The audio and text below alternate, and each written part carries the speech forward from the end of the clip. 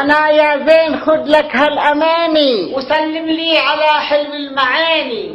وحلك يا ظريف تدوق حالك وترجع لعشير الاولاني. وحلك يا ظريف تدوق حالك وفيها الوقت لا تأمن زمانك ولا تأمن لو خيك حكالك. انا عاشرته بأول زماني، انا عاشرت لاصحاب اجدادي وهلي بالافاق العوق عادي. اي والله شكل مع زبادي ولا تشرب لك كاس الاولاني. ايوه الكاس الاولاني لا تفوقه ولا كان العسل والشهد فوقه.